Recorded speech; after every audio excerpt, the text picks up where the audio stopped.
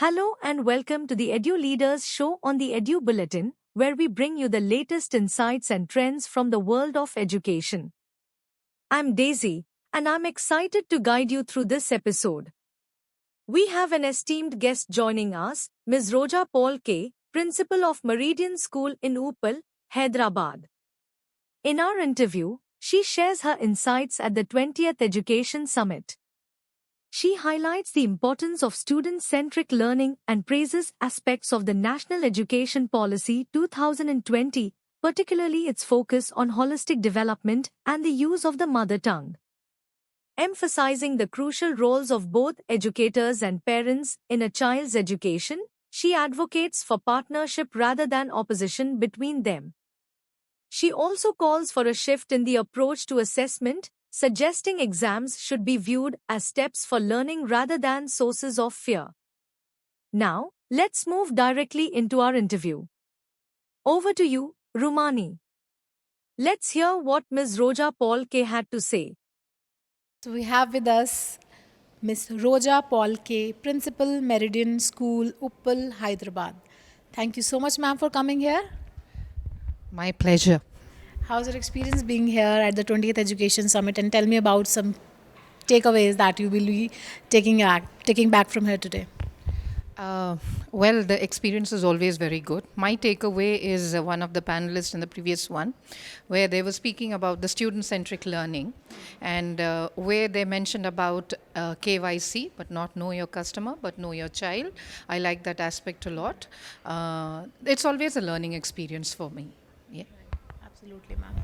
So, the National Education Policy 2020 is a major step towards reimagining the education system and boosting every aspect from pedagogy and curriculum to accessibility.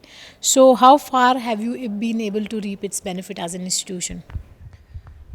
Well, the thought process that went behind the national education policy is really wonderful, because what was there previously, I wouldn't say it wasn't good, but it had to be changed with the changing times, and with the new NEP, there's a lot to offer.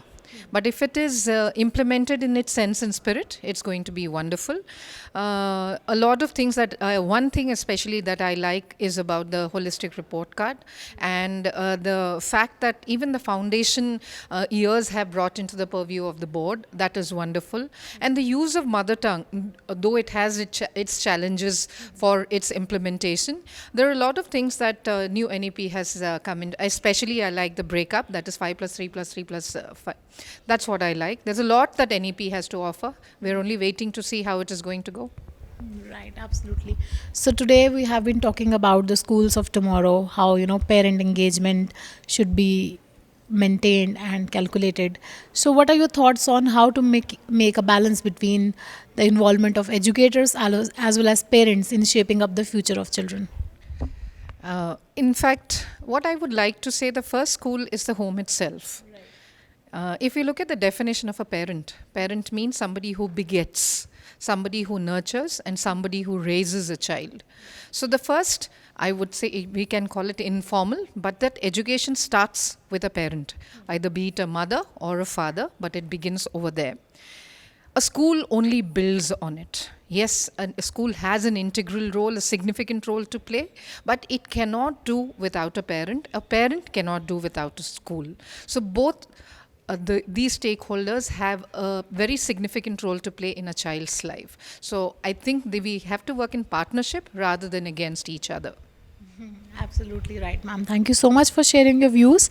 And anything else you want the educators to, follow and bring the change in the education sector? What I would not say change, but this thought process for assessment is concerned. Why is it so fearful? Why should one get scared of an exam? Why can't it be just another step for learning? That I would feel would make a major difference in education system in India, because a child should not be scared of being assessed. All he will know is how good he or she is. So what is wrong in it? Why is there an exam fear to it?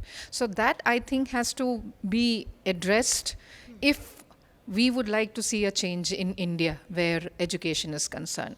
That's my thought. Thank you so much, ma'am, for the wonderful thoughts. Thank you so much. Pleasure. Thank you for joining us for this enlightening discussion. We hope you found it as insightful and inspiring as we did.